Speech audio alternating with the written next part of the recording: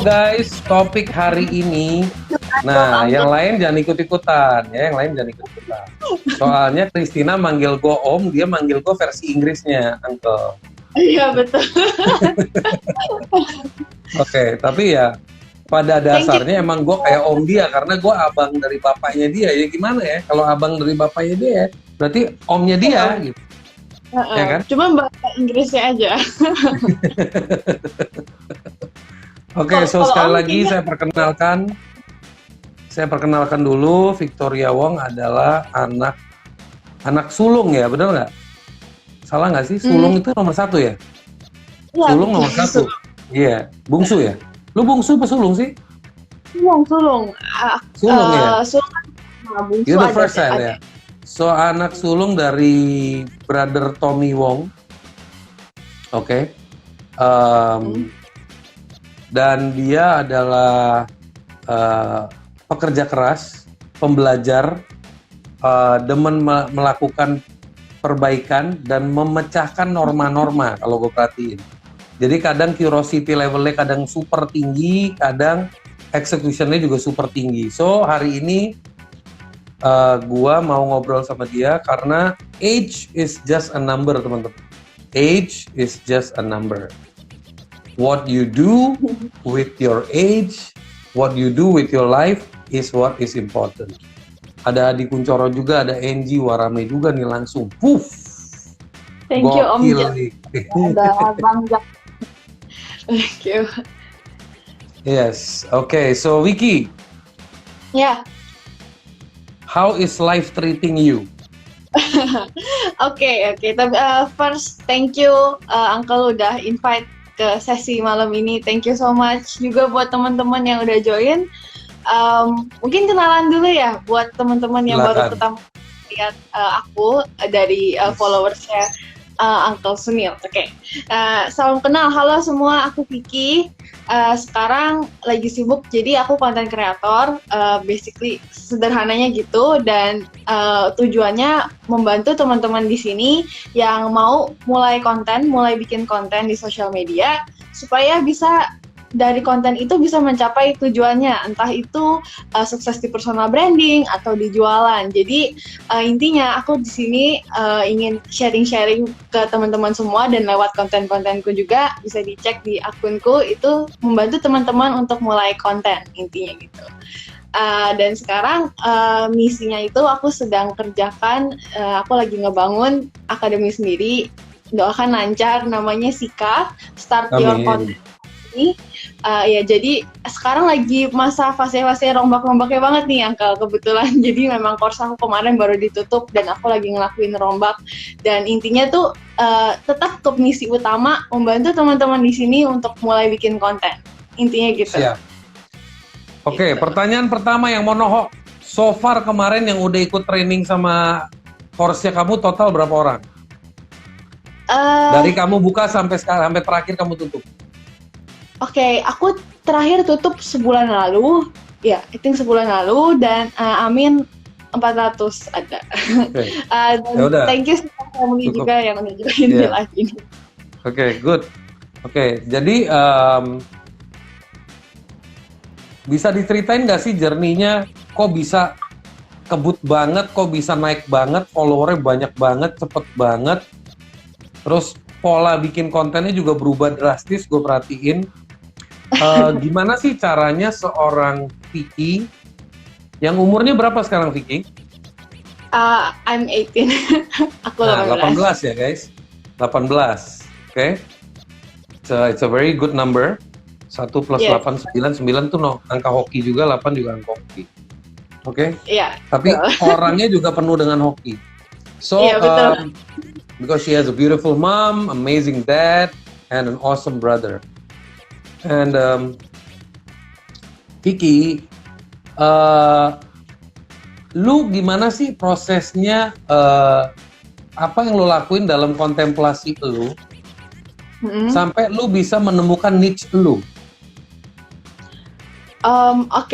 Mungkin jadi sedikit cerita waktu awal-awal bikin konten, maybe Uncle sini juga lihat kayak aku sempat waktu awal-awal tuh struggling banget, kayak aku bingung kan nemuin niche aku tuh apa, dan waktu itu sempat juga collab yang di YouTube bareng Uncle. Kita ngebahas soal topik yang sensitif, dan sebelumnya juga ada collab sama YouTuber-YouTuber kayak Citin dan segala macam. Tapi waktu itu aku beneran belum ketemu niche yang pas, karena itu mau aku collab sama siapapun yang dalam tanda kutip ya have a huge followers atau audience pun ya itu sebenarnya nggak terlalu impact ke aku, karena kan kembali lagi orang kan ngelihat kayak misalnya aku collab sama Cik Christina misalnya atau Uncle Sunil, terus audiensnya ngelihat kan pasti ke profil aku, ngepoin profil aku lah ya, and then they see kayak belum jelas ini orang ngebahas apa gitu loh. What I get, kayak apa yang aku dapetin dari orang ini. Dan jujur waktu itu aku juga nggak ada yang namanya konsisten bikin konten ataupun berusaha memahami audiens aku. Jadi that time I was struggling, kayak 1,000 tuh sampai 2.000-an followers, and aku tuh stuck kayak 1 tahun ada lebih. Dan kayak bukannya aku nggak berusaha, aku juga gitu berusaha kembangin di YouTube dan segala macam, but it wasn't working karena aku nggak benar-benar memahami aku bikin konten tuh buat siapa. And then kemarin Corona datang. Kayak itu dibilang itu game changer for everyone's life, dan itu juga buat my life juga. Dan waktu selama masa Corona, jadi kan memang sebelum aku ngonten sekarang itu 2 tahun, aku kan jadi social media strategis lah di startup, dan di situ kayak aku selalu sibuk kan sama kerjaan aku. Dan pas Corona kemarin kebetulan selain dari ada waktu luang, ya ada beberapa struggle yang kayak bikin aku tuh ngerasa oke, aku di rumah aja, dan nggak bohong, my family is facing this situation. Aku yakin teman-teman di sini juga semua pasti nggak ada yang nyangka Corona bakalan datang, dan jadi pasti kayak mendadak tiba-tiba secara finansial juga kaget gitu lah. And what can I do gitu loh. Aku sempat mikir, aku merasa stuck di rumah aja, dan kayak what can I do intinya gitu. Dan aku waktu itu mikir, oke, aku punya skill, aku tahu cara bikin konten, dan waktu itu maybe follower aku belum banyak, tapi aku coba bener-bener ngeriset, kembali lagi ngenalin audiens aku. Jadi I took my time, ada 1 bulan yang dimana setiap harinya aku luangin waktu untuk ngobrol, riset audiens aku. Jadi waktu itu aku pengen target orang-orang yang mau mulai bikin konten, tapi aku nggak tahu waktu itu masalah mereka apa aja, keinginan mereka apa. Dan itu aku sampai, ini kembali lagi cara riset beda-beda, tapi that time aku tuh ngadain polling. Jadi aku sering ngadain polling, dan orang-orang yang jawab polling aku bawa ke DM, dan aku tanya-tanya lebih jauh kayak halo Kak, aku Kiki, dan aku lihat kamu jawab polling aku yang ini, aku lagi pengen bikin konten yang lebih bermanfaat buat kakak, can I ask a few question, apakah aku bisa tanya beberapa pertanyaan. Dan dari situ aku riset mulai dari masalah mereka, keinginan mereka apa, mereka suka ngepoin konten apa aja dan segala macam. Dan dari situ aku bikin kayak list dokumen gitu, kayak apa aja yang kira-kira mereka itu tertarik dan masalah mereka itu apa aja, dan itu semua bulan berikutnya aku jadiin konten. Dan itu aku konsisten konten dalam 1 bulan. Kayak kalau dulu tuh aku tuh konten bolong-bolong banget, kayak 1 minggu sekali, bahkan 1 bulan 3 kali gitu ya. Dan 1 bulan itu yang kemarin pas Corona, aku benar-benar tekad kayak oke, aku ada target segini, here's my list, aku udah ada idenya, gas gitu. Dalam 1 bulan konsisten dari Senin sampai Jumat upload. Dan amin ya, dalam sebulan itu ya amin banget bisa dapat 10K followers. Dan ini juga aku yakin support dari teman-teman semua gitu. Jadi bisa dibilang kayak Tunggu. Stop. Ya, gua harus stopin lo dulu ya. Oke. Jadi teman-teman, ini kayak Uncle ngomong sama ponakannya, tapi gayanya gaya gue lu. So lo orang jangan shock. Oke, anyway, pertama adalah dia contemplate. So dia mulai tanya dulu, dia udah tahu dulu target audiensnya siapa. Itu dicatat ya guys. Udah tahu dulu, oh dia mau bantuin orang-orang yang mau bikin konten. Itu dia udah dapat dulu. Kedua, yes, dia lakukan riset dan dia take 1 whole month. Oke, dia nggak buru-buru, dia take 1 whole month, dia benar-benar melakukan studying, research. Everybody has their own energy and time. Tapi Iya. she took 1 whole month. And another challenge dalam proses itu, she has to make a decision and a tekad to be consistent in delivering content. Iya, betul. And after that, the result was not something that she predicted. Jadi ada penambahan 10K konten. Hai Mami Rita, udah datang juga di sister kita. Itu di rumah yang sama tuh, beda kamar doang tuh. Oke. Ya. So, abis itu lanjut, Vicky. Oke, ya. Jadi mungkin buat teman-teman di sini yang baru mau mulai bikin konten, kenapa aku selalu nekenin kayak there is no nggak ada trik atau semacam hack atau apapun untuk get followers. Itu semua adalah sebuah proses, dan kayak aku bilang, aku selalu nekenin yang paling pertama itu target audience.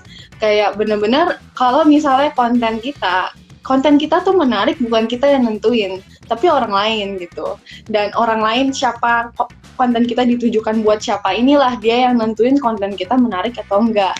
Jadi sometimes kita suka mikir kayak, aku lebih suka bio aku kayak gini, aku lebih suka DP aku kayak gini, kayaknya kontenku yang ini aku lebih suka begini. Nah itu aku gitu. Have you ever think akunya diganti mereka? Kayak, oke, kalau aku pasang DP seperti ini, kalau aku pasang profil seperti ini, apakah mereka begitu nyari aku akan ketemu? Kalau aku pasang konten aku dengan judul headline yang panjang-panjang begini, apakah mereka akan klik? Jadi ketika kita coba ngelihat dari sisi audience, makanya tadi aku sampai ambil 1 bulan, tapi aku yakin teman-teman di sini punya pace yang beda-beda, tapi aku sampai ambil 1 bulan untuk benar-benar memahami karakteristik mereka tuh kayak gimana. Dan sampai sekarang pun aku terus riset, karena tiap hari itu karakter orang berubah. Kayak dari sejak awal pandemi corona sampai sekarang itu bahkan microblog aja trennya udah berubah-berubah. Jadi selama kita kayak stop mempelajari audiens kita, itu baru benar-benar stuck gitu. Selama kita terus pelajarin audiens kita, perilaku mereka, kita nggak akan stuck nyari ide konten. Gitu sih dari aku. Gitu. Oke. Kan topiknya nih, kita sekarang masuk ke topiknya dulu. Topiknya adalah banyak followers, customer zero. Kan kadang orang itu kan selalu bukan selalu, tapi pada umumnya orang itu mengagumi, dia followernya banyak loh, dia followernya ratusan ribu, bahkan ada yang 1 juta, ada yang 2 juta, whatever, jutaan. Tapi dan orang banyak kejebak dalam arena gue harus banyakin follower. Menurut lu, banyakin follower itu seberapa pentingnya dibanding banyakin customer? Gini, jadi aku yakin teman-teman di sini merasa kayak kalau misalnya ngeliat influencer atau orang yang punya banyak followers lah, basically langsung kita mikirnya ya, karena kita memang dilatih untuk berpikir seperti itu kayak, pasti dia ini tajir, pasti dia ini kaya, pasti dia ini banyak customer ya, pasti dia ini on top lah. Padahal belum tentu. Dalam case aku sendiri, aku banyak ketemu content creator yang they have huge 100K or bahkan lebih segala macam, dan masih ada yang struggling untuk dapetin customer gitu loh dengan jumlah follower yang segitu banyak. Ningkatin follower itu memang cara buat kita nge-attract, menarik calon customer. Tapi ya kalau misalnya di kita nggak punya produk yang tepat buat mereka, dan kitanya juga kita nggak riset apa yang kira-kira bisa kita kasih kayak produk apa ini buat si follower, ya mereka nggak akan jadi customer. Dan bahkan akun-akun kecil 1.000 follower, bahkan under 1.000 follower, aku ada teman dia baru 800-an but dia udah closing client gitu. Ya, dan lihat akun-akun kecil ini mereka berhasil dapetin customer meskipun follower mereka masih dikit. Makanya aku selalu bilang ke teman-teman di sini kayak, untuk jualan jangan sampai nunggu kayak enggak lah, ntar aku jualan nunggu swipe up dulu, nunggu 10.000 follower baru aku jualan, atau bahkan menghalalkan segala cara. beli follower 10K follower dulu biar dapat swipe up, biar bisa jualan. Nah itu apa ya, menurut aku nggak pas, karena kembali lagi kamu belinya follower bukan customer. Mereka semua orang-orang pasif dan cuma nyampahin akun kamu, nggak interaksi, nggak beli. Adanya akun kamu dideteksi Instagram, beli bot, beli followers, dan malah jadinya akun mati gitu loh sama si IG-nya. Jadi menurut aku cara-cara yang seperti ini kayak nunggu sampai 10K follower atau apa, it's not, menurut aku nggak usah kayak gitu. Jualan mulai aja dari awal nggak apa-apa, kita udah ada jualan. Cuman ya itu, kayak gimana cara kita nyampein konten kita supaya kita bisa narik follower jadi customer, itu yang paling penting. Bahkan mau dikit pun followernya, kamu pun bisa dapat closing gitu. Asalkan mereka benar-benar apa ya, yaitu mereka benar-benar loyal dan mereka benar-benar jadi customer kamu. Bahkan aku mulai bikin course itu waktu aku masih di 2000-an follower. Dan amin, salah satunya sis Jessica yang ada di sini, aku lagi nonton, beberapa orang-orangnya awal masuk ke course aku itu waktu aku masih di 2000-an followers. Dan how I close itu adalah karena aku benar-benar ngerti masalah mereka apa dan bikin produk yang benar-benar ngejawab masalah mereka. Jadi serius, your followers number itu nggak apa ya, nggak doesn't mean nggak relevan to your customer.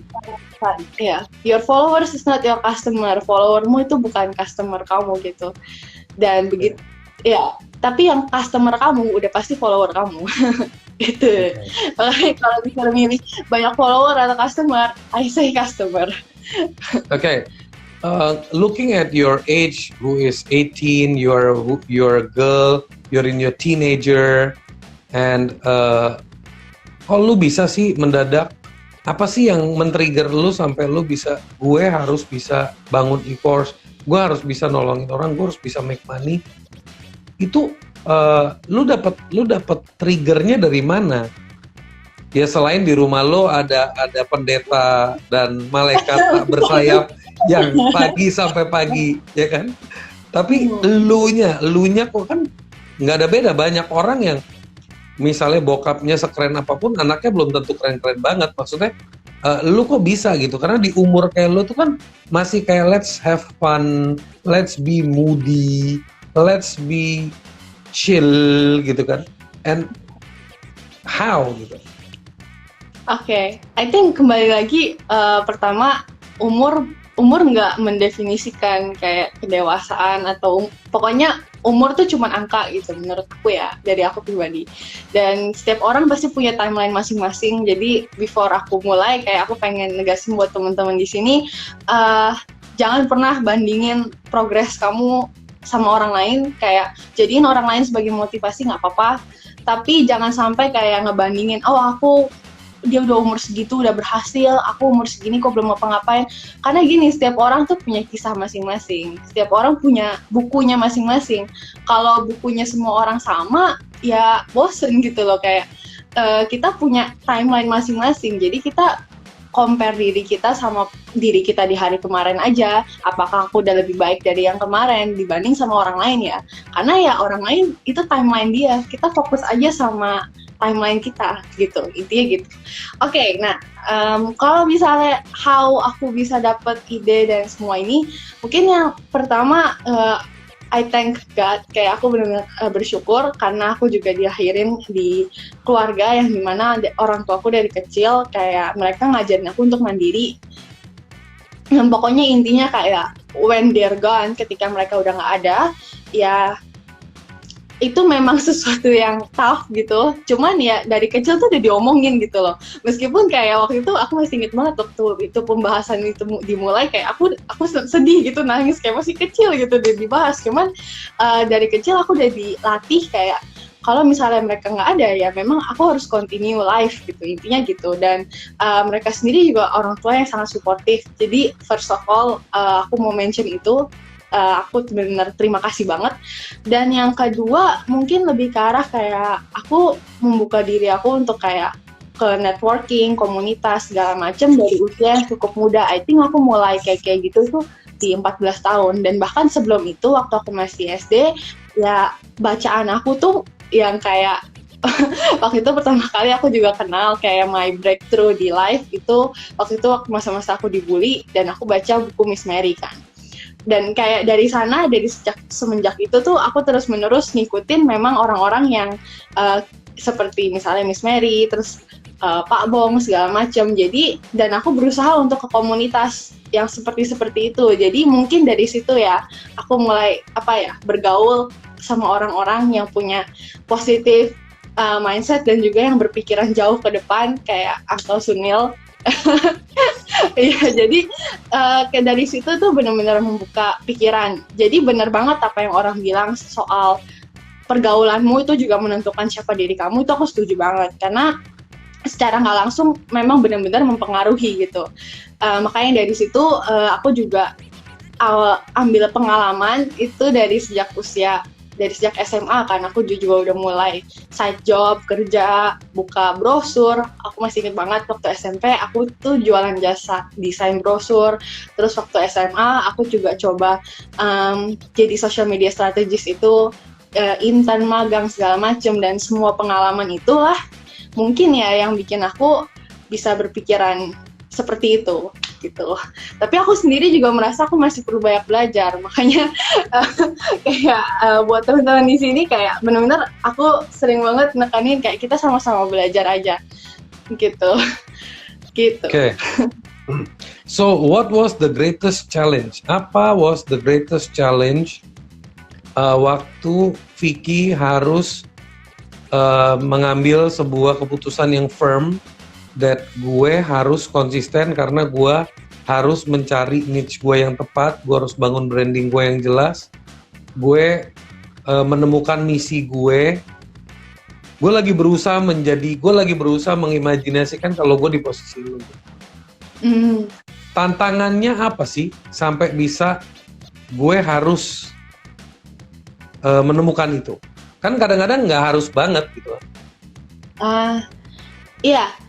Kalau dari aku sendiri sebenarnya dari dulu tuh dari awal kayak masuk ke dunia digital marketingan itu dari awal aku udah tertarik sama yang namanya konten gitu. Waktu awal-awal aku dilempar-lempar sih kayak ke traffic, ke ads, ke funnel segala macem. Tapi pada akhirnya aku jatuh di konten gitu. Dan dari situ aku sendiri juga tertarik banget sama bidang itu. Dan waktu itu sempat kepikiran hal ini karena kayak aku ngeliat kalau bisa bikin konten yang menarik itu potensial banget gitu untuk kedepannya. Karena kan apalagi semenjak corona kemarin kita ngelihat bahkan tren-tren microblog gitu aja udah mulai naik semua. Karena memang sekarang konten itu adalah jembatan kita. Jadi ini anggap ini kita, brand kita, mau itu personal branding kayak jualan. Nah ini customer dan konten ini tuh adalah jembatannya gitu. Konten ini yang nyampein maksud kita, penampilan kita, brand kita, segala macam ke customer. Dan kalau ini missing jembatannya, apalagi di saat-saat sekarang di mana kita semuanya serba online lah ya, karena kita susah natap muka segala macam, dan tren orang-orang juga udah berubah. Tanpa ada jembatan ini, kita nggak bisa komunikasi, kayak nggak akan nyambung dua hal ini. Dan aku ngelihat itu kayak, oke, apa yang aku suka, dan kebetulan ini sesuatu yang dibutuhkan orang gitu. I have a big mission untuk melakukan purpose yang besar. Enggak, sebenarnya itu dari purpose yang kecil adalah sesimpel aku pengen ngelakuin sesuatu yang bisa membantu keluarga aku secara financially dari rumah. Karena aku merasa kayak during corona kemarin, again aku merasa I feel I cannot do anything gitu loh, kayak oke, ada masalah dan aku nggak bisa ngelakuin apa-apa, dan rasanya tuh stuck gitu kalau di rumah. Aku cuman ya begitu gitu loh. Dan what can I do gitu dengan apa yang aku milikin sekarang.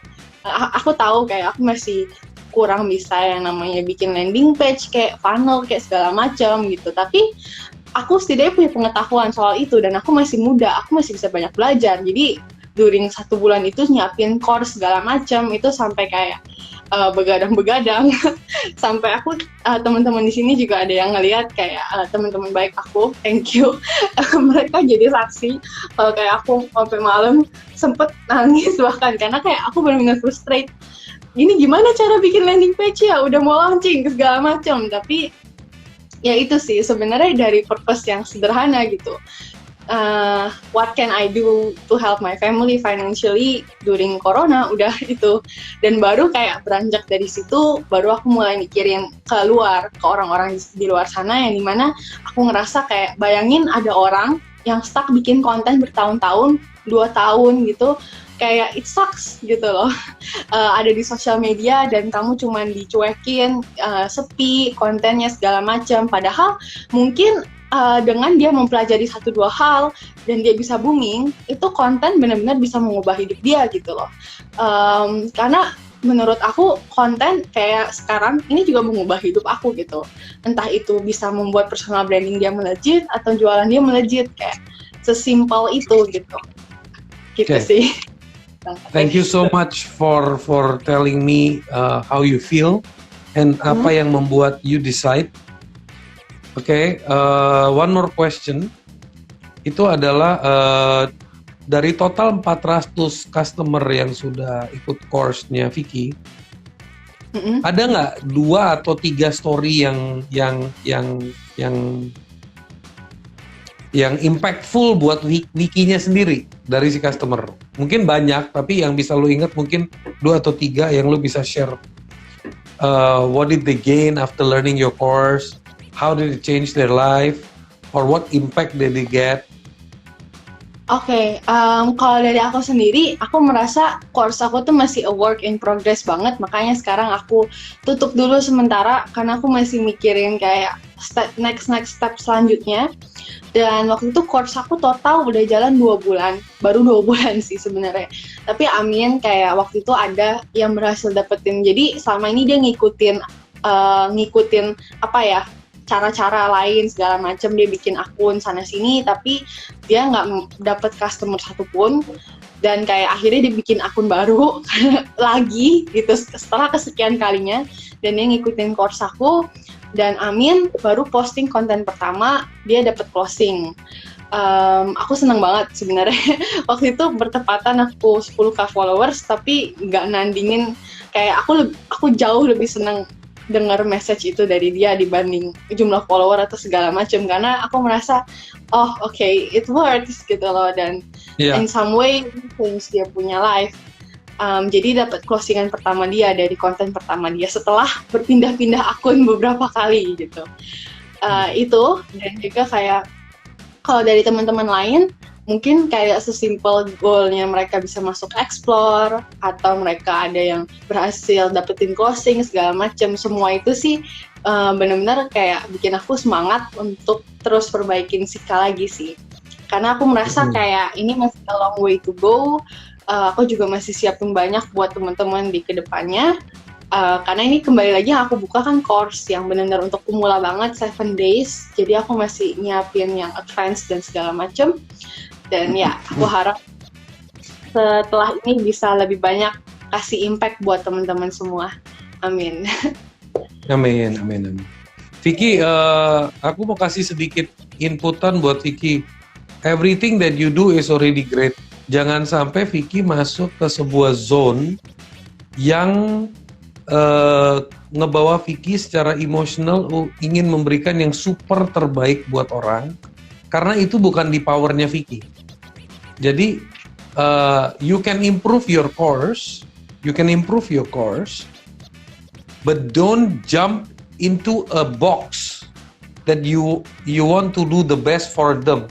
Karena itu akan kontradik sama your belief yang tadi aku ke mereka. Karena kadang-kadang kita suka lupa, we want to give the best, but it's from us, not from them. Ya, jadi what you do is already the best. You can do greater along with time, and don't pressure yourself, because I'm proud of you. I'm proud of what you have achieved, and I'll be more proud if you can let it flow and let it go. Don't pressure yourself. Enjoy it, love it, but don't pressure yourself, because like Vicky tadi ngomong, you are 18 and you have a lot of room to grow, so you're already helping a lot of people. including me. I read your content, I like it, sometimes I like, sometimes you will notice ada yang gue love, ada yang gue komen. Itu berarti ada konten yang bisa impact to me gitu kan. And it's not about how good can you be, but how fast can you progress. Nah itu yang penting. Iya. Iya. Gitu. Thank So you, it's thank you. okay. Jadi jangan sampai you close the course, nanti you want to make something, nanti you jump into a frustration, jangan ya. Jadi you just tweak and release, tweak and release, tweak and release. Jadi it's okay gitu. Karena kembali lagi dari 400 orang yang join itu, 400 orang customer kamu yang diberkati Tuhan itu yang akan mendapatkan berkat lebih besar itu kalau 400-400-nya benar-benar take action. Yeah. Kalau yang take action cuma 10, ya mungkin 390 bisa aja bilang, course-nya Vicky didn't work for me. Gitu loh. Dan nggak harus your course work for everybody. So, chill. Itu yang penting. Sambil kita ngobrol, sambil gue tunggu, ayo guys. Siapa yang mau nanya nih ke Vicky? Tapi thank you. I really need that advice. Jujur kayak belakangan ini memang bisa pas banget gitu loh advice ya. Aku nggak tahu tiap kali ngobrol sama Uncle. Tapi thank you. I really need that. Thank you. Aku juga, ya pokoknya apa yang aku lagi ngalamin belakangan ini, apalagi semenjak aku tutup course-nya, itu sesuai lah sama yang barusan Uncle ngomong. So thank you. Ini juga ada dari Sika Family, ada Sis Jessica, Bro Denny, halo, thank you. Oke tuh, ada pertanyaan tuh dari Bumi Bambu. Vicky, pernah stres nggak selama ngonten? If yes, how do you deal with it since you are so young? Oke. Jadi mungkin bukan soal umur aja, tapi aku rasa semua orang in their own age itu pasti pernah stres ngonten. Apalagi kalau mereka harus konsisten gitu. Jadi menurut aku kalau misalnya soal how to deal with stress saat ngonten sih, aku selalu ngambil break. Jadi tiap orang beda-beda ya. Cuman kalau aku dapat energi aku dari break. Jadi kayak ada orang yang dapat energinya dari ngobrol sama orang lain segala macam. Tapi kalau dari aku benar-benar me time, aku ngambil break sampai akhirnya aku punya kreativitasnya itu bisa nge-flow lagi gitu. Itu yang pertama. Terus yang kedua itu aku ngomong soal itu. Jadi aku kasih tahu kalau misalnya aku lagi stuck segala macam, entah itu ke teman baik atau bahkan ke family, aku sebisa mungkin aku ngomong itu. Jadi itu keluar kan dari diri aku kayak, oke, aku lagi stres, aku lagi pusing, dan sometimes kadang-kadang mereka justru bisa ngasih ide yang maksudnya kamu nggak expect, tapi bisa tiba-tiba dapet banyak ide gitu, entah itu bahkan dari teman kamu segala macam. Dan kalau yang ketiga sih kembali lagi, I'm blessed with such good community, Sika Family, dan kalau sampai aku stres atau apa, aku selalu coba ingat lagi ke mereka kayak the why, kenapa aku mulai semua ini. Dan mereka itu sangat aktif juga, kayak kadang-kadang aku suka juga ngobrol di Telegram group bareng mereka. Dan ya, I'm blessed really, dan mereka tuh jadi semangat aku lah intinya. Jadi itu sih how I deal with stress gitu. Oke. Ayo teman-teman yang punya pertanyaan, yang lagi pengen bangun konten, yang pengen bangun customer base, pengen bangun awareness, pengen bangun branding niche, selama yang lain masih belum nanya, ini barusan ada Bro John, dia tulis satu pesan. Yang pasti gue mau bantu promoin course-nya Vicky ke teman-teman gue, Bro Neil, supaya pada bertumbuh. Amin. Thank you. Iya, Coach John kemarin sempat mention, tapi pas kebetulan lagi tutup course-nya. Pasti nanti begitu buka, aku kasih tahu. Oke, Vic, nanti gue akan tanya, gue akan bacain pertanyaan ini orang, Tommy Nayawan. Sebelum gue bacain pertanyaannya, gue juga mau sharing dikit aja. Jadi ada orang itu yang punya semangat yang greget, sebel gitu loh. Gue udah posting, udah kayak orang gila, gue bikin konten, udah capek-capek pagi, siang, sore, malam. Ya, naiknya dikit, yang like kagak ada, yang like 1. Itu kan juga stressful ya. Nanti lo cerita how did you deal with that. Sementara gue Oke. bacain, Vicky, waktu buat strategi konten plan biasanya langsung untuk sebulan full atau buat hanya untuk beberapa hari ke depan saja ya? Dari Tommy Nayawan. Oke, sebenarnya ini tergantung masing-masing orang ya. Kayak aku sendiri juga ada teman-teman kreator yang lain, yang mereka tuh pace-nya beda-beda. Ada yang bisa langsung nyiapin ide konten dalam sebulan, ada yang 2 minggu, 1 minggu, atau bahkan yang sistem SKS dadakan gitu. Tapi kalau misalnya dari aku sendiri, kalau untuk yang aku handle kayak just handling sosmed orang lain, biasanya aku selalu siapin sesuai sama ketentuan mereka. Misalnya kayak mereka pengen disiapin 1 bulan, oke aku brainstorm 1 bulan gitu. Ada yang pengen disiapin 2 minggu, oke aku brainstorm 2 minggu segala macam. Nah itu ya itu untuk klien, tapi kalau untuk aku sendiri tergantung. Kadang-kadang aku bisa nyiapin kayak 1 minggu full, but sometimes kalau misalnya aku lagi kayak ngadet atau apa, aku tuh jenis orang yang apa ya, sedikit SKS, jadi kayak aku bisa bangun jam 5 pagi atau jam 6 pagi, terus aku konten, terus kayak baru sorenya gitu aku upload, jadi hari itu juga bikin konten. So, ya tergantung masing-masing orang sih sebenarnya. Cuman kalau misalnya kayak kamu lagi ngebalance sama work life atau punya kerjaan yang lain segala macem sih, aku saranin nyetok. Karena kalau misalnya dari pengalaman aku yang pernah kerja juga sambil konten, iya, kalau nggak nyetok itu pasti nggak konsisten gitu. Karena pasti ada aja kayak tiba-tiba hari ini ada deadline apa atau apa, terus akhirnya kamu nggak konten segala macam. Nah, iya itu.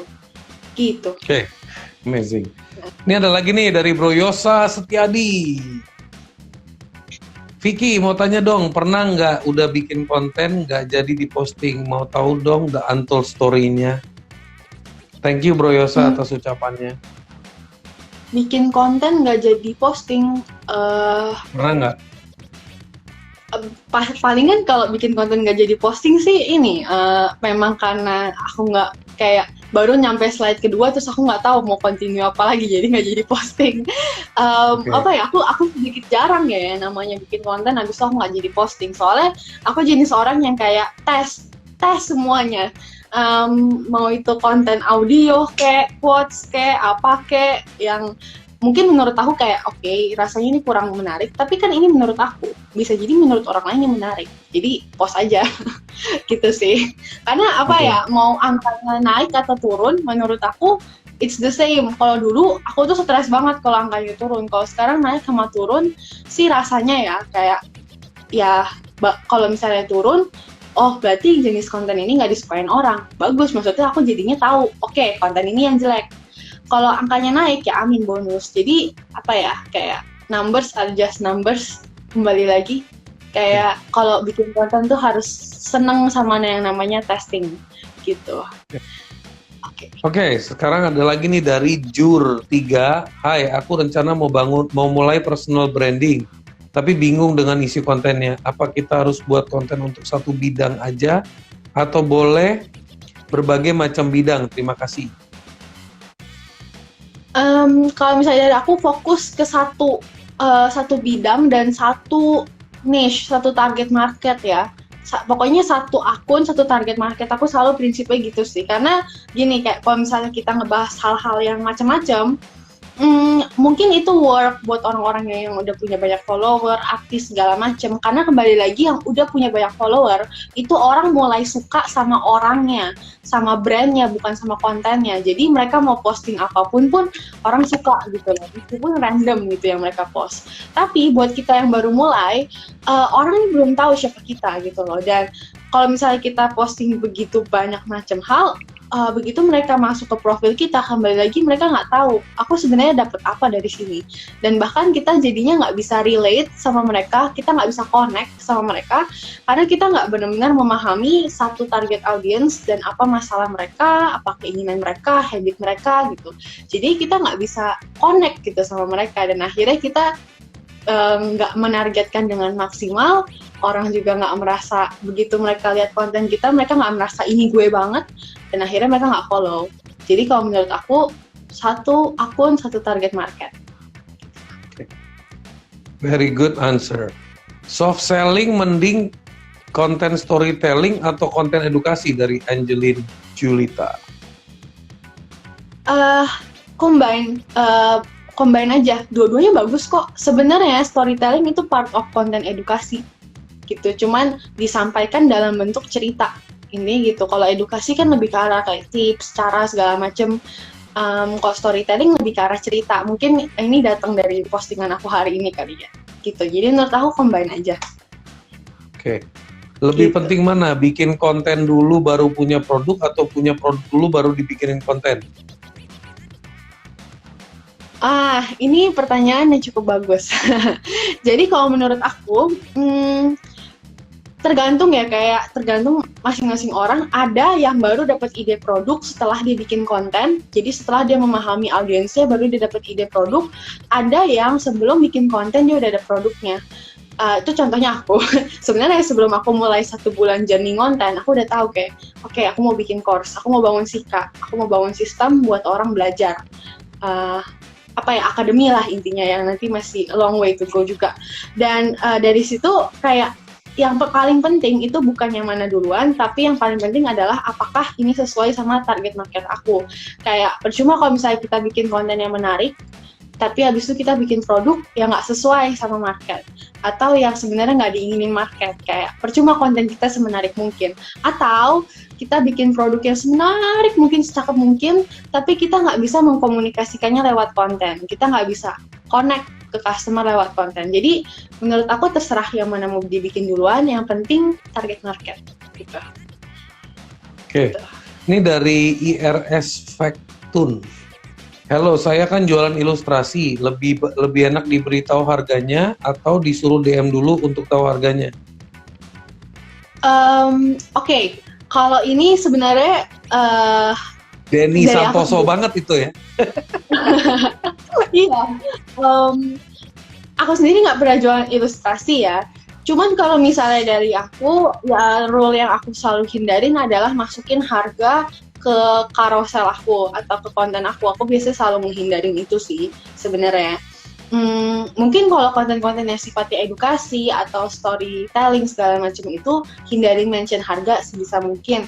Tapi kalau misalnya konten yang sifatnya katalog, apalagi kalau itu sesuatu yang kayak mungkin terlalu common, kayak misalnya cuma jualan kabel atau apa, I think it's okay untuk coba testing mention harga gitu. Itu sih kalau menurut aku. Tapi kembali lagi aku belum pernah jualan, so I don't really know. Tapi itu yang biasanya aku hindari, mention harga di konten edukasi. Itu aku selalu menghindari itu langsung kelihatan soalnya jualannya. Gitu. Oke, ada few question, gue rangkum dulu tadi yang dari Ayo Kita Kuliah, dia nanya lebih baik langsung buat course, itu udah dijawab tadi. Dia lagi nanya, terus ada satu lagi ada yang nanya kapan nanti bakal dibuka lagi course-nya, Kak?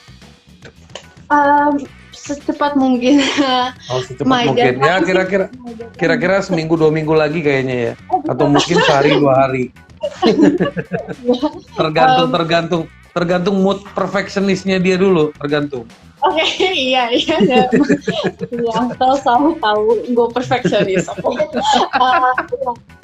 Ya, jadi kalau course deadline aku sih sebenarnya untuk open public ya, itu Oktober. Soalnya September ini aku kembali lagi, aku jadi udah rapiin materi, tapi mau aku coba edit semua segala macam, tapi mau aku launch secara internal dulu buat member Sika doang. Jadi buat yang public maybe around Oktober, yang pasti sebelum aku ulang tahun, itu udah pasti. Mantap. Waktu bikin e-course, kamu waktu ngebangun e-course itu butuh waktu berapa lama sih? Dari kamu ide idea sampai jadi e-course-nya? 1 bulan. Dan itu struggle banget nggak sih to keep the commitment?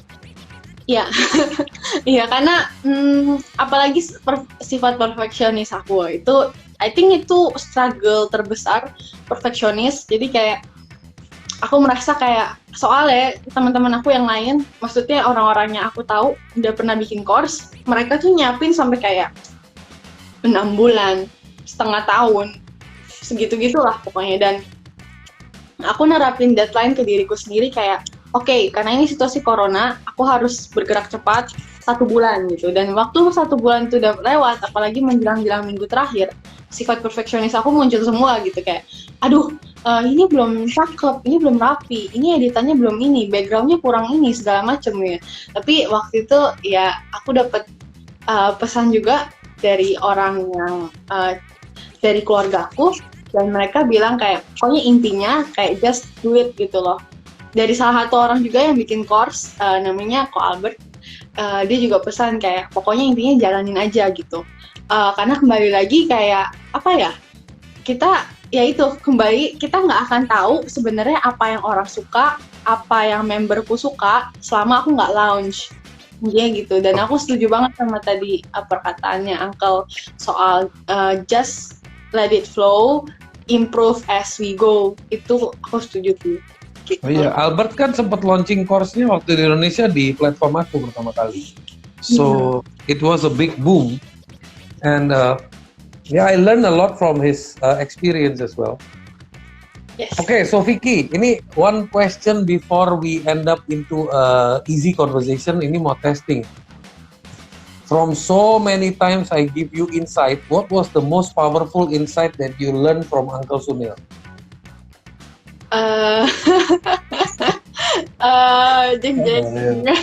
Apa ya?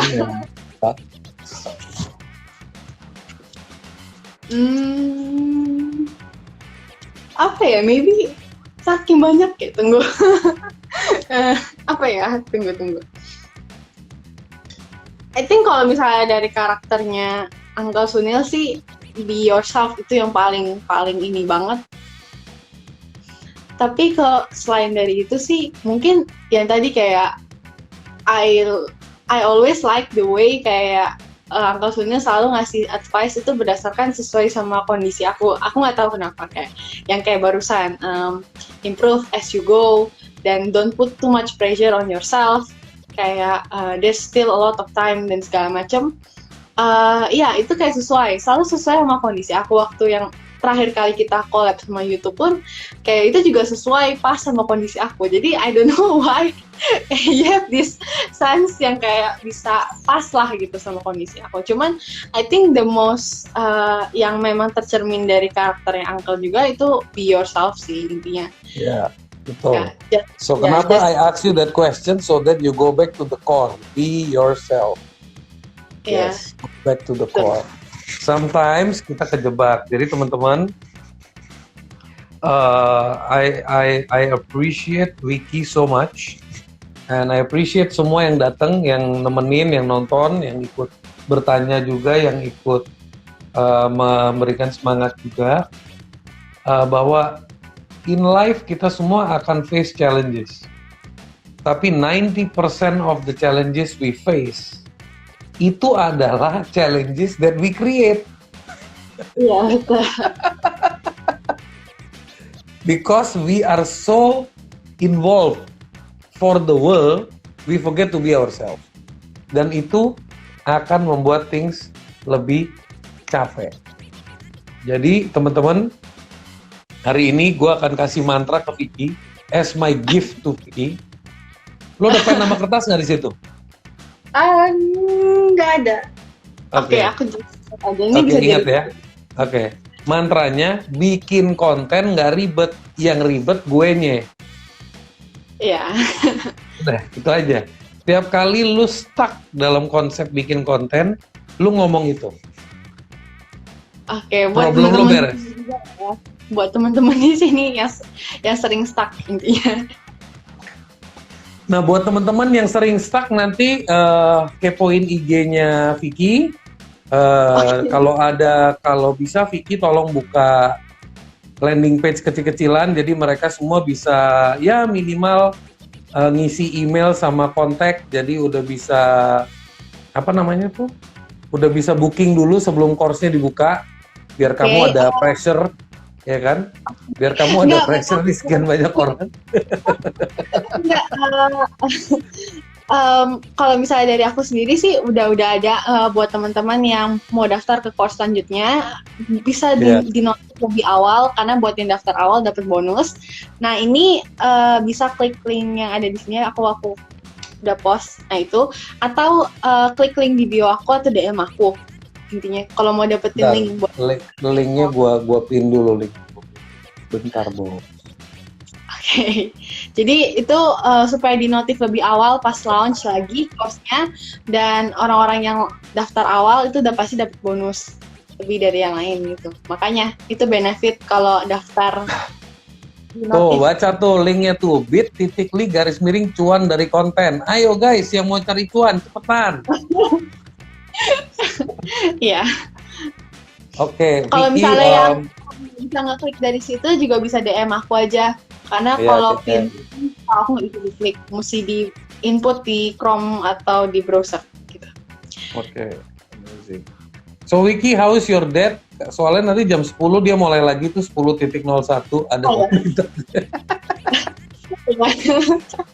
Iya, Iya. gimana? Tadinya gue pikir gue mau ngomong panjang lebar biar nanti bandwidth-nya kesedot di rumah Yu. Jadi lagi sama Yu, jadi Papa Yu nggak jadi malam ini. Dia postpone gitu. Enggak. Oke, share me something that you want to share the audience. Pesan-pesan buat audience yang lagi nonton. What can you share to them? Untuk teman-teman yang lagi nonton dan kebetulan lagi bikin konten juga lah, aku yakin most of kita di sini ya, kebanyakan pada semua lagi bikin konten. Intinya inget gini, bikin konten itu bukan goal akhir. Jadi buat teman-teman yang baru bikin konten pertama, terus belum ngelihat progres apapun, atau baru mungkin kayak 1 bulan bikin konten dan belum lihat ada progres dan segala macem, kembali lagi, itu bukan tujuan akhir, tapi bikin konten itu sebuah perjalanan. Dan tiap orang tuh beda-beda perjalanannya. Ada yang baru 1 bulan konten udah boom naik. Ada yang bahkan perlu waktu 1 tahun konten dan segala macam nggak ada result, and then one day dari 1 konten tiba-tiba dia boom, dan abis itu baru dia melejit. Intinya kita nggak akan pernah tahu dari konten mana kita bakalan berhasil, dan kita nggak akan pernah tahu, apalagi buat teman-teman yang belum mulai konten, kita nggak akan pernah tahu kalau misalnya ternyata dengan bikin konten kita bisa berhasil gitu. Jadi kalau menurut aku, nikmatin aja prosesnya, naik turunnya, angka-angka followers segala macam, kembali lagi itu cuma angka, karena pada akhirnya itu prosesnya serius, prosesnya yang bikin seru gitu. Dan Pada akhirnya saldo lagi. Pada akhirnya Ya. saldo bukan proses. Oke, pada akhirnya saldo. Ya, jangan lupa juga buat teman-teman yang mau berapapun banyak followernya, tetap belajar gimana caranya untuk narik follower jadi customer intinya. Dan itu dimulai dari kita bikin produk yang tepat juga, gimana cara kita komunikasiin dan mengenal market kita sungguh-sungguh. Dari situ sih, intinya apa ya, jangan terlalu berpatokan sama angka. Kalau misalnya dari aku bilang, nikmatin prosesnya dan jangan lupa untuk ubah jadi customer juga gitu. Intinya dari aku gitu. Dan kalau caranya gimana, apa bisa konten-konten aku juga. Yeah. Gitu. Ya. Thank you so much, Vicky. Thank you so much. Always stay cheer up, always stay cheerful. Don't be under pressure. Iya. Okay. Iya. Okay, send my loves to your mom and your dad and your brother, and have a great evening, have a great night. Thank you buat teman-teman yang udah nonton. Salam juga dari mereka buat Uncle. Thank you juga udah invite di live kali ini. Thank you buat teman-teman yang udah nonton. Semoga sesinya bermanfaat. Nanti kalau mau nonton replaynya ada kan ya di IG? Ada. Iya pasti. Oke guys, so jangan lupa pada follow Vicky, inspire her, support her, learn from her, and grow with her, and that's the way we all can grow together.